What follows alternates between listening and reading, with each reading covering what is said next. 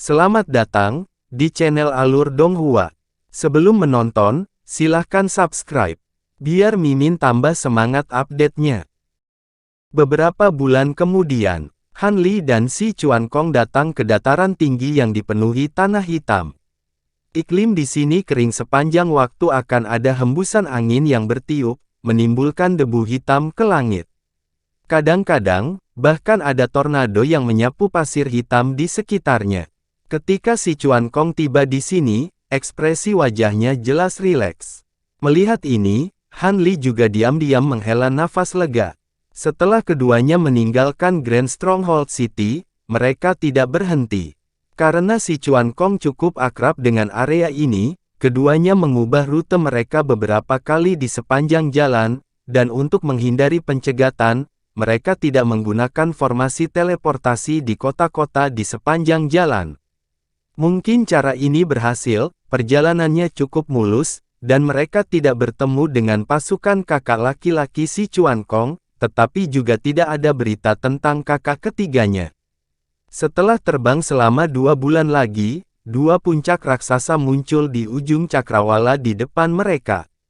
Di antara 2 puncak raksasa itu ada kota hitam. Pada saat ini, jaraknya terlalu jauh, tetapi dengan penglihatan Han Li, samar-samar dia bisa melihat bahwa skala kota itu tidak kecil. Tempat ini sudah jauh ke dalam dataran tinggi hitam, dan lingkungan sekitarnya bahkan lebih buruk. Badai hitam menyapu ke segala arah, menggulung langit yang penuh dengan pasir hitam, dan bahkan ada beberapa batu besar seukuran gunung kecil yang berterbangan di udara. Jika seseorang bukan kultivator Naschen Soul atau lebih tinggi, orang biasa dan bahkan kultivator tingkat rendah tidak akan bisa berdiri di sini. Tentu saja, bagi Han Li dan Si Chuankong, badai kecil ini bisa langsung diabaikan. Di sisi lain, kota hitam yang terletak di antara 2 puncak besar tampak agak tenang. Dengan itu sebagai pusatnya, segala sesuatu dalam radius 500 km terasa tenang. Tampaknya ada semacam batasan yang mengisolasi badai yang mengamuk di luar. Akhirnya kita sampai. Si Chuankong melihat ke kejauhan, matanya sedikit menyala, dan dia menghela nafas panjang. Ini kota pegunungan yang akrab. Iklim di sini sangat buruk, Kisetan tidak kaya, dan tidak ada urat mineral atau keunggulan geografis lainnya di sekitarnya. Mengapa Anda membangun kota di tempat seperti itu? Han Li melihat sekeliling dan bertanya dengan bingung. Kota pegunungan yang akrab ini tidak dibangun oleh saya. Dulunya adalah kediaman klan yang disebut Klan Bukit Pasir. Setelah mereka pindah puluhan ribu tahun yang lalu, saya menemukan cara untuk membeli tempat ini. Saya menghabiskan banyak upaya untuk mengubahnya menjadi seperti saat ini. Meskipun lingkungannya tidak terlalu bagus, bukankah itu juga penghalang alami? Si Chuankong berkata dengan senyum bangga. Saya khawatir bukan itu intinya. Menurut pengamatan saya di sepanjang jalan dan peta wilayah iblis, kota pegunungan yang akrab terletak di persimpangan beberapa kota besar. Apalagi tidak terlalu jauh dari pegunungan 10 bencana. Sangat cocok untuk berbisnis di sini, kata Han Li sambil tersenyum.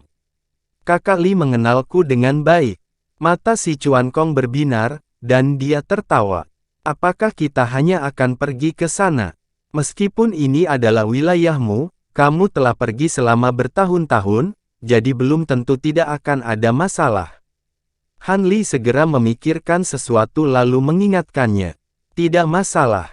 Aku sudah diam-diam menghubungi bawahan kepercayaanku di kota. Tidak ada hal aneh yang terjadi di kota. Orang-orang itu belum menyentuh kota. Si Chuankong tersenyum percaya diri. Itu bagus. Han Li menganggukkan kepalanya. Saat mereka berdua berbicara, Crow Divinity Flying Shuttle terus terbang ke depan. 2 gunung besar di depan mereka dengan cepat tumbuh lebih besar. Ketika mereka semakin dekat, mereka dapat melihat bahwa kedua gunung itu menjulang ke awan. Itu adalah pemandangan yang megah. Meskipun Familiar Mountain City terletak di antara 2 gunung besar, tampaknya tidak signifikan dibandingkan dengan kedua gunung tersebut. Namun, Ketika mereka semakin dekat, mereka dapat melihat bahwa itu adalah kota yang luar biasa. Tembok kota tingginya beberapa ratus zang. Garis-garis cahaya sering terbang masuk dan keluar kota. Tidak ada kekurangan berbagai kapal terbang dan kapal udara. Di darat, mereka juga bisa melihat beberapa kapal udara besar bergerak di darat. Mereka berkumpul menuju Familiar Mountain City dari segala arah. Itu bahkan lebih ramai dari Black Ferret City. Jejak keheranan melintas di mata Han Li saat dia melihat ini. Si Chuan Kong memandangi kota besar di depannya, dan matanya dipenuhi dengan kegembiraan yang tak terkendali dan jejak kebanggaan. Agar tidak menarik perhatian, si Chuan Kong memperlambat kecepatan Crow Divinity Flying Shuttle. Setelah beberapa saat, mereka tiba di tepi kota pegunungan yang akrab. Melihat ke bawah dari langit, kota itu dipenuhi dengan gedung-gedung tinggi dan jalan-jalan yang bersilangan. Jalanan dipenuhi aliran kuda dan gerbong yang tak ada habisnya. Orang-orang bolak-balik seperti angkutan. Itu sangat makmur, jauh melampaui kota Black Ferret dan kota Mighty Crashing. Di langit di atas kota, ada lebih dari 10 pilar giok besar. Pilar-pilar itu diukir dengan tulisan hitam. Mereka tampaknya adalah semacam peralatan formasi mantra yang sangat besar. Dengan pilar-pilar ini sebagai pusatnya, ada tirai cahaya hitam besar yang menyebar, menutupi seluruh kota dan radius 1000 li. Itu melawan badai pasir yang memenuhi langit. Di timur, barat, selatan, utara, tenggara, timur laut, barat daya, dan barat laut kota pegunungan Familiar, ada 8 gerbang kota besar. Saat ini, ke-8 gerbang terbuka. Kapal terbang dan kereta terbang berkumpul di depan 8 gerbang, membentuk antrian panjang, menunggu untuk memasuki kota. Sepertinya hanya 8 pintu masuk yang masih terlalu sedikit. Hanya saja kita harus menunggu lama untuk masuk dan keluar kota. Kita perlu memperluas beberapa gerbang lagi, gumam si Chuan Kong. Dia tidak mendarat di tanah untuk mengantri. Sebagai gantinya, dia mengendalikan Crow Divinity Flying Shuttle untuk terbang langsung ke kota. Ada banyak setan lapis baja abu-abu yang berputar-putar di sekitar kota Gunung Familiar. Mereka terlihat sedang berpatroli. Saat mereka melihat Crow Divinity Flying Shuttle mendekat, sepasukan iblis segera bergerak maju untuk menyambutnya. "Berhenti! Siapa kamu? Cepat laporkan namamu!" teriak Kapten Regu Patroli. Si Chuan Kong menyingkirkan Crow Divinity Flying Shuttle. Dia tidak mengatakan apa-apa. Dia hanya melambaikan tangannya. Medali perintah ungu muncul di tangannya.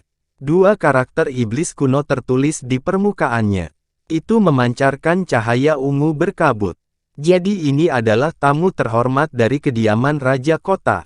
Silakan masuk. Ketika Kapten Regu Patroli melihat medali komando ungu, ekspresinya langsung berubah. Dia memberi hormat. Kemudian, dia mengeluarkan bendera perintah hitam, dengan cepat melafalkan mantra, lalu melambaikannya. Seberkas cahaya hitam keluar dari bendera komando hitam dan memasuki tirai cahaya hitam. Sebuah cahaya hitam melintas di tirai cahaya. Kemudian, pintu masuk yang berukuran beberapa zang muncul. Si Chuan Kong mengangguk kepada para penjaga dan terbang bersama Han Li. Tidak ada larangan terbang di kota, jadi si Chuan Kong dan Han Li berbaur di antara seberkas cahaya yang berterbangan di udara, menuju ke pusat kota. Setelah beberapa saat, mereka berdua mendarat di depan sebuah rumah besar. Tempat ini jauh dari jalanan yang ramai. Itu sangat sunyi. Tidak ada penjaga di depan mansion. Hanya ada seorang lelaki tua dengan wajah polos. Dia mengenakan jubah hijau. "Tuan muda, saya lega Anda telah tiba dengan selamat." Begitu Han Li dan si Chuan Kong mendarat, lelaki tua berjubah hijau itu segera melangkah maju untuk menyambutnya. Si Chuan Kong terkekeh dan berkata, "Ki tua, aku yakin kamu baik-baik saja sejak terakhir kali kita bertemu." Saat dia berbicara, dia melakukan gerakan mantra dan tubuhnya berkedip dengan cahaya hitam. Kemudian, dia kembali ke penampilan aslinya. "Rekan Taois Li, Ini Qi Tua, teman lama ibuku. Dia telah melayaniku sejak aku masih kecil.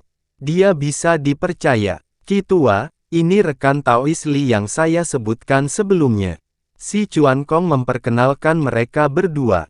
Oh, ini rekan Taois Qi. Senang bertemu denganmu. Han Li tidak menghapus transformasinya. Dia dengan cepat menaksir Qi Tua dan cahaya aneh melintas di matanya. Dia kemudian menangkupkan tangannya lalu membungkuk. Meskipun lelaki tua itu berusaha yang terbaik untuk menyembunyikan auranya, dia masih bisa mendeteksi bahwa kultivasinya telah mencapai ranah dewa primordial, yang bahkan lebih tinggi darinya. Tidak ada yang istimewa tentang kultivasi Old Qi. Yang mengejutkan Han Li adalah bahwa meskipun lelaki tua itu memancarkan Qi iblis, asalnya sebenarnya adalah aura Qi spiritual surgawi. Itu agak mirip dengan situasinya sendiri. Rekan Taois Li, terima kasih telah mengawal tuan muda saya. Terima kasih. Ekspresi Old Qi sangat serius saat dia membungkuk dengan sungguh-sungguh. Rekan Taois Qi, kamu terlalu sopan. Han Li tersenyum lagi. Baiklah, Old Qi, rekan Taois Li bukan orang luar. Tidak perlu berdiri di atas upacara dan membuatnya tidak nyaman. Kakak Li, ayo masuk dulu, kata si Chuan Kong. Old Qi menganggukkan kepalanya lalu membawa mereka berdua ke mansion. Itu pangeran ke-13. Pangeran ke-13, kamu akhirnya kembali.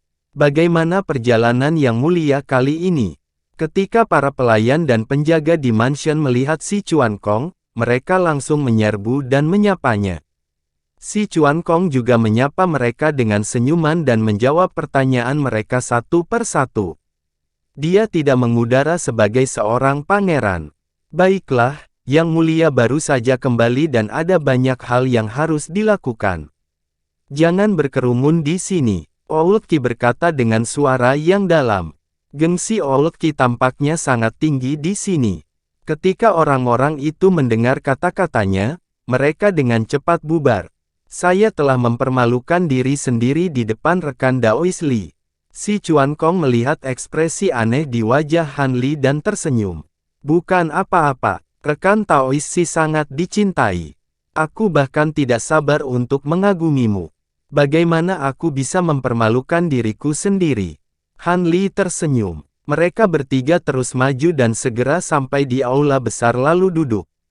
Qi Tua, aku telah meninggalkan wilayah suci selama bertahun-tahun. Sulit bagimu untuk mengelola kota pegunungan yang akrab ini untukku. Dalam perjalanan saya ke sini, saya melihat bahwa jumlah toko di kota telah meningkat 10%. Populasi kota juga meningkat. Ini semua berkat kamu, kata si Chuan Kong. Tuan muda melebih-lebihkan saya. Pelayan tua ini hanya menjalankan rencana yang Anda buat sebelum Anda pergi. Meskipun jumlah toko dan populasi di kota meningkat, ini adalah campuran antara orang baik dan orang jahat. Tidak ada kekurangan orang yang mendambakan kemakmuran kota pegunungan akrab. Pelayan tua ini telah berusaha sekuat tenaga untuk menekan mereka selama ini. Sayangnya, efeknya kurang bagus. Kota ini mungkin terlihat makmur di permukaan, tetapi sudah ada arus bawah yang bergejolak di dalamnya. Ini tidak teratur seperti saat tuan muda memimpin. Old Qi berkata dengan ekspresi malu. Karena aku tidak bisa menekan mereka, aku akan mundur untuk maju. Aku akan memancing mereka masuk. Seluruh kota pegunungan yang akrab ada di tanganku. Karena orang-orang itu telah mengirimkan sepotong daging yang begitu gemuk ke mulutku, aku akan mengecewakan mereka jika aku tidak menelannya. Qi Tua, jangan khawatir. Saya mengerti. Si Chuan Kong terkekeh. Matanya sedalam laut. Ya, pelayan tua ini mengerti. Ketika Old Qi melihat ekspresi si Chuan Kong, ekspresi suram di wajahnya tersapu. Han Li duduk diam di samping. Ketika dia melihat pemandangan ini, hatinya tergerak. Si Chuan Kong mampu menyusun strategi dan mengelola bisnis. Itu jauh lebih mendominasi daripada berperang melawan musuh. Benar, apakah ada berita dari pihak saudara ketiga? Si Chuan Kong tiba-tiba memikirkan sesuatu dan bertanya. Yang Mulia Pangeran Ketiga mengirim pesan yang mengatakan bahwa dia telah mengirim seseorang untuk menerima kita. Mereka akan tiba dalam waktu sekitar setengah bulan, kata Tetua Qi. Apakah kamu tahu siapa yang dikirim oleh kakak ketiga? Mata si Chuan Kong berbinar. Aku juga tidak tahu, Yang Mulia tidak mengatakannya. Penatua Qi menggelengkan kepalanya. Tidak peduli siapa itu, dengan orang-orang kakak ketiga menemani kita, jalan di depan akan jauh lebih mudah. Si Chuan Kong sedikit kecewa, tapi kemudian dia berkata dengan semangat. Han Li sedikit lega saat mendengar ini. Karena orang-orang kakak ketiga tidak akan datang untuk sementara waktu, maka kami akan menunggu di sini sebentar dan mengurus perusahaan pedagang asing itu. Rekan Li, Anda harus menggunakan kesempatan ini untuk beristirahat, kata si Chuan Kong. Tidak apa-apa, Han Li mengangguk lalu berdiri. Penatua Qi memanggil seorang pelayan wanita berpakaian hijau yang berusia sekitar 16 tahun dan membawa Han Li untuk beristirahat. Han Li tahu bahwa mereka memiliki sesuatu untuk didiskusikan, jadi dia berdiri lalu pergi. Tuan muda, apakah Li ini benar-benar bisa dipercaya? Penatua Qi bertanya segera setelah Han Li pergi.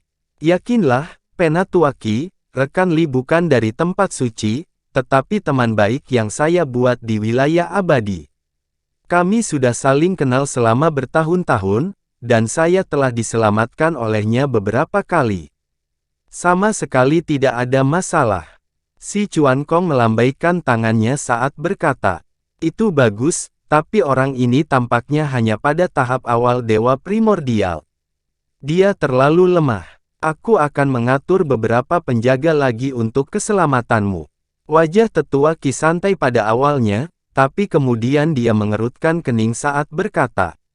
Berbicara tentang ini, kamu tidak perlu khawatir. Meskipun kami memiliki banyak ahli di bawah kami, dalam hal kekuatan, tidak ada yang bisa dibandingkan dengannya. Saya memiliki orang-orang rekan Li dan kakak ketiga untuk melindungi saya. Cukup, tidak baik memiliki terlalu banyak orang. Si Chuan Kong tersenyum lagi. Penatua Qi mengerutkan kening dan ingin mengatakan sesuatu tetapi berhenti. Baiklah, saya akan mempertimbangkan masalah ini. Ceritakan tentang situasi bisnis tersebut. Si Chuan Kong memotongnya. Iya, Elder Qi mengangguk tak berdaya dan mulai melaporkan. Han Li mengikuti pelayan ke halaman di belakang mansion. Tempatnya tidak besar, dan dekorasinya tidak mewah, tetapi memberi orang rasa keterasingan. Senior, ini kediamanmu. Jika ada yang perlu bantuan, jangan ragu untuk memberitahuku. Aku akan berada di luar, kata pelayan itu dengan patuh. Han Li melihat sekeliling halaman dan sangat puas. Siapa namamu? Dia tiba-tiba berbalik untuk melihat pelayan berjubah hijau, cahaya berkabut berkedip di matanya. Saya Lianer. Pelayan berbaju hijau menatap mata Han Li. Tatapannya sepertinya tertarik pada Han Li, tidak bisa menjauh. Suaranya sedikit bingung saat dia berbicara. Orang seperti apa pangeran ke-13-mu? Han Li terus bertanya. Pangeran ke-13 tidak suka memperebutkan kekuasaan. Dia hanya tertarik melakukan bisnis. Dia sudah lama meninggalkan kota. Dia juga sangat baik kepada kami para pelayan. Dia tidak memiliki kesombongan seorang pangeran. Semua orang di kota mencintainya, kata pelayan itu dengan nada bingung. Han Li mengajukan beberapa pertanyaan lagi, dan cahaya berkabut di matanya menghilang. Ekspresi pelayan berjubah hijau segera kembali normal. Baiklah, kamu boleh pergi. Han Li melambaikan tangannya. Iya, pelayan itu mengangguk dan mundur dari halaman kecil dengan ekspresi tenang. Han Li berdiri di tempat yang sama dan menyaksikan pelayan pergi dengan ekspresi serius di wajahnya. Informasi yang dia peroleh dari pelayan itu pada dasarnya sama dengan perilaku si Chuan Kong yang biasa. Sepertinya dia terlalu memikirkan banyak hal. Dia kemudian menggelengkan kepalanya dan tidak lagi memikirkannya. Dia menyebarkan indera ilahinya dan dengan hati-hati menjelajahi setiap sudut halaman. Kemudian, dia membuat segel tangan. Sinar cahaya hijau jatuh di berbagai bagian halaman. Mereka sebenarnya adalah flag array. Segera, tirai cahaya hijau menyebar dan menyelimuti halaman. Setelah melakukan ini, dia berbalik dan berjalan ke kamar tidurnya, lalu duduk bersila. Setelah beberapa saat, tubuh Han Li memancarkan cahaya 5 warna. Menggunakan indera Sumeru sebagai prinsip umum, dia mulai berlatih seni fantasi 5 elemen. Pada saat yang sama, kekuatan indera ilahi dalam pikirannya mulai beredar lagi. Dia terus berlatih lapisan kelima dari seni pemurnian roh. Setelah mengalami serangan sebelumnya, Han Li merasa masa depan semakin berbahaya. Dia tidak ingin menyia-nyiakan satu detik pun. Dia ingin meningkatkan kekuatannya sebanyak mungkin. Waktu berlalu dengan lambat. Dalam sekejap mata, sekitar setengah bulan telah berlalu. Han Li tiba-tiba membuka matanya. Ada kilatan kegembiraan di matanya. Mungkin karena dia berada di negeri asing dan tekanan dari bahaya yang tidak diketahui telah merangsang potensinya. Dia telah mendapatkan banyak dari kerja keras setengah bulan ini. Terutama setelah dia menerobos kemacetan di Evil Cleansing Pool, kultivasi seni rohnya sangat mulus. Hari-hari ini, dia merasa bahwa dia maju dengan kecepatan yang luar biasa. Melihat waktu, sudah waktunya. Han Li bergumam. Dia membuat segel tangan untuk mencabut larangan di halaman kecil. Dia kemudian bangkit dan berjalan keluar dari halaman. Pelayan berbaju hijau sedang menunggu di luar halaman dengan tenang. Ketika dia melihat Han Li keluar, dia segera membungkuk dan berkata, "Senior, Pangeran ke-13 memintamu. Bawa aku ke sana." Han Li sedikit mengangguk. Pelayan berbaju hijau menanggapi dan memimpin Han Li ke depan.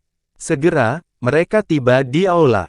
Si Chuan Kong dan Penatua Qi ada di sini. Selain mereka berdua, ada 3 orang lainnya. Ketiga orang ini adalah 2 pria dan 1 wanita. Semuanya adalah kultivator Dewa Tai. Orang di tengah adalah seorang lelaki tua berwajah hitam dengan baju besi setan berwarna hijau. Matanya berputar-putar dari waktu ke waktu, memberi orang perasaan bahwa dia adalah rubah tua yang licik. Orang di sebelah kiri adalah pria paruh baya yang gemuk. Dia adalah kepala yang lebih tinggi dari rata-rata orang. Tubuhnya ditutupi dengan lapisan lemak. Dia tampak seperti segunung daging. Wanita itu tampak seperti berusia 30-an. Dia cukup cantik. Namun, dia mengenakan gaun merah panjang dan memiliki bunga merah cerah di kepalanya. Dia tampak agak tidak pada tempatnya. "Taois Li, kamu di sini. Silakan duduk." Si Chuan Kong melihat Han Li dan bangkit untuk menyambutnya dengan senyuman. Han Li mengangguk dan membalas sapaannya. Dia menemukan tempat duduk dan duduk. "Izinkan saya memperkenalkan Anda. Ketiganya adalah Taois Mo, Taois Lu, dan Taois Hua. Mereka adalah tetua tamu kota ini. Mereka juga orang kepercayaan saya." Si Chuan Kong memperkenalkan. "Saya Li Han. Salam untuk kalian bertiga." Han Li menangkupkan tangannya. Mereka bertiga membalas salam. Mereka cukup sopan. Han Li melirik si Chuan Kong. Dia ingin bertanya tentang orang-orang yang dikirim oleh pangeran ketiga. Namun, dengan kehadiran mereka bertiga, dia ragu-ragu. "Kalian semua berada di pihak yang sama. Taois Li, kamu tidak perlu malu. Kakak ketiga selalu tepat waktu." Dia berkata bahwa orang yang dia kirim akan tiba dalam setengah bulan. "Seharusnya hari ini. Mari kita tunggu di sini," kata si Chuan Kong. Dia tahu apa yang dipikirkan Han Li. Ketika Han Li mendengar ini, dia mengangguk. "Kalian semua adalah guru dan temanku yang baik. Aku mengundangmu ke sini untuk memperkenalkan kalian satu sama lain. Aku akan membutuhkan bantuanmu di masa depan. Aku baru saja mendapatkan anggur suci bermutu tinggi.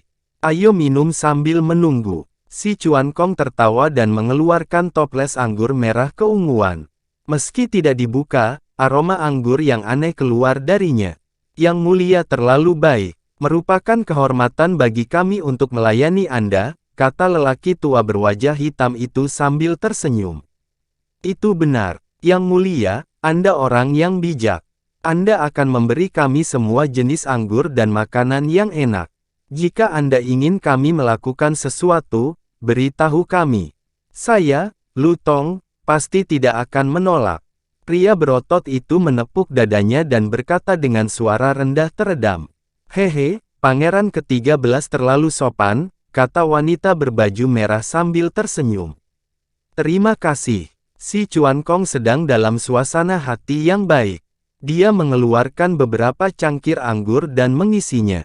Daois Li, aku tahu kamu cukup berpengetahuan tentang anggur. Namun, bahan yang digunakan dalam toples anggur ini istimewa. Rasanya juga sangat unik. Seharusnya bisa diminum, kata si Chuan Kong kepada Han Li. Daois Si, kamu terlalu sopan. Han Li menyesap anggurnya. Matanya menyala. Rasa anggur ini sangat istimewa. Itu sangat berbeda dari anggur abadi yang dia minum sebelumnya. Rasa anggur adalah nomor 2. Anggur itu juga mengandung ki iblis yang sangat murni, yang sebenarnya memiliki efek menutrisi pada mata sihir neraka ke-9-nya. Ini anggur yang enak. Bolehkah saya tahu apa namanya? Han Li bertanya. Ini disebut anggur buah pelangi. Aku tahu Taois Li akan tertarik padanya. Ini resepnya. Si Chuan Kong mengeluarkan slip giok dan menyerahkannya. Han Li berterima kasih padanya. Dia mengambil slip batu giok dan memeriksanya dengan indera ilahi. Ada banyak bahan yang digunakan dalam resep tersebut. Dia tidak terbiasa dengan materi di domain iblis. Namun, intuisinya mengatakan kepadanya bahwa ki setan dalam anggur harus berasal dari bahan yang disebut buah merah. Han Li bertanya, seperti yang diharapkan, resep anggur ini sangat luar biasa. Bolehkah saya bertanya di mana buah murbei merah ditanam? Buah merah berasal dari ujung utara wilayah suci. Mengapa Taois Li ingin menyeduh anggur buah pelangi ini? Si Chuan Kong berkedip. Iya. Bolehkah saya bertanya apakah Daois Si dapat menggunakan kekuatan Fast Origin House untuk mengumpulkan bahan untuk anggur ini, terutama buah merah? Mengenai harganya, tidak perlu terlalu khawatir. Han Li mengangguk. Tidak masalah. Namun, buah merah adalah bahan yang sangat langka. Mungkin perlu waktu, si Chuan Kong setuju. Kalau begitu aku akan mengandalkanmu. Han Li hanya berpikir untuk mempelajarinya. Dia tidak terburu-buru. Taois Li suka anggur. Haha, maka kita bisa lebih dekat. Saya tidak punya hobi lain, tapi saya suka makan anggur yang enak. Ayo, kita bersulang dulu. Pria berdaging gunung itu langsung tertawa dan menepuk bahu Han Li dengan telapak tangannya yang besar. Han Li samar-samar tersenyum dan tidak menghindar. Sebaliknya, dia mengangkat cangkir anggurnya. Meski mereka baru saja bertemu, dia memiliki gambaran kasar tentang karakter pria gemuk itu. Dia adalah orang yang terus terang. Jika lelaki tua berwajah hitam itu mengulurkan tangannya, dia pasti tidak akan membiarkannya menyentuh tubuhnya.